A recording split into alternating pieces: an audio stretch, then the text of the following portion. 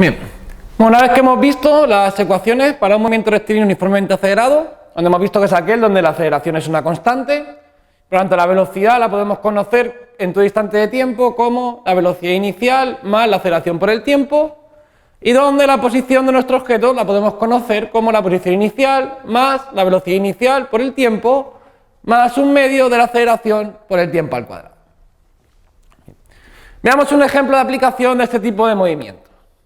Imaginaos que nos dicen que vamos manejando a 100 km por hora y de repente nos encontramos un obstáculo en el camino y tenemos que frenar y llegamos al reposo en 4 segundos.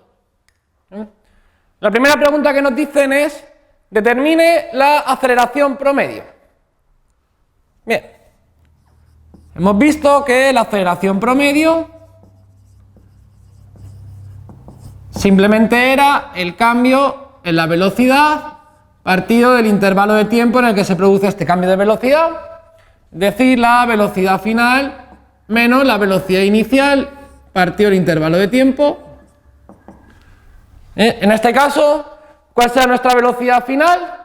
Nuestra velocidad final será 0, ya que llegamos al reposo. ¿Cuál será nuestra velocidad inicial? Nuestra velocidad inicial eran 100 km por hora.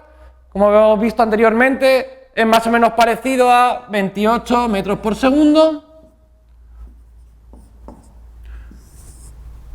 ¿Y cuál es el intervalo de tiempo en el que se produce este cambio de velocidad?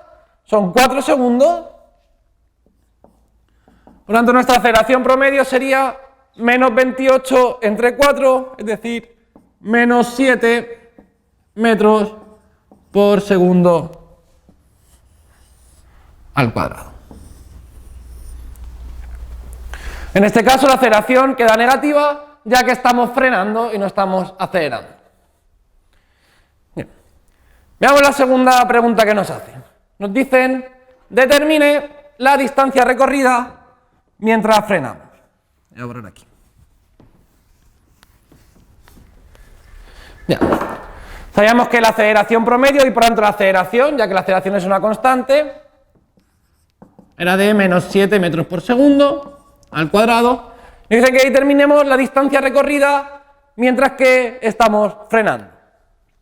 Ya. Para ello nos basamos en la ecuación de movimiento de la posición. Lo primero que habría que determinar es dónde poner nuestro sistema de referencia. Por ejemplo, podemos situar nuestro sistema de referencia en el punto donde empezamos a frenar. Imaginaos que tenemos aquí el auto.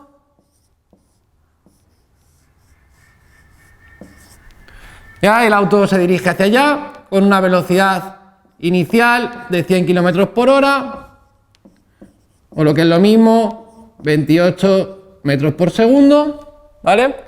Y situamos nuestro sistema de referencia en el punto donde empezamos a frenar, con el eje positivo hacia donde estamos avanzando.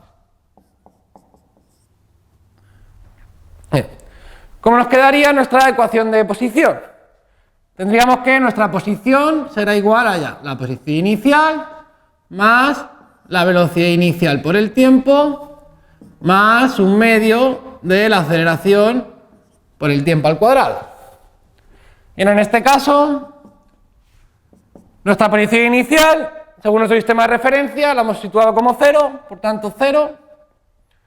Nuestra velocidad inicial sería la velocidad a la que íbamos manejando antes de empezar a frenar, es decir, 100 km por hora, hemos visto que era parecido a 28 metros por segundo, es decir, 28 por el intervalo de tiempo en el que estamos frenando. ¿Cuál es el intervalo de tiempo en el que estamos frenando?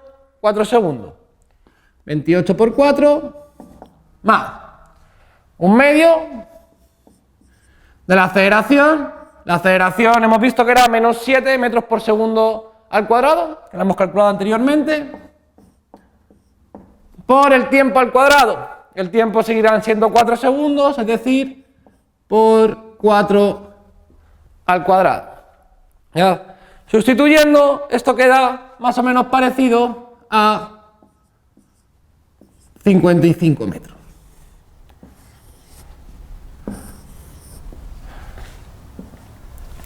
Como nos piden la distancia final recorrida, la distancia recorrida realmente será la posición final menos nuestra posición inicial, en este caso es igual que el desplazamiento, Por lo tanto, la distancia recorrida simplemente será esta posición final, es decir, 55 metros.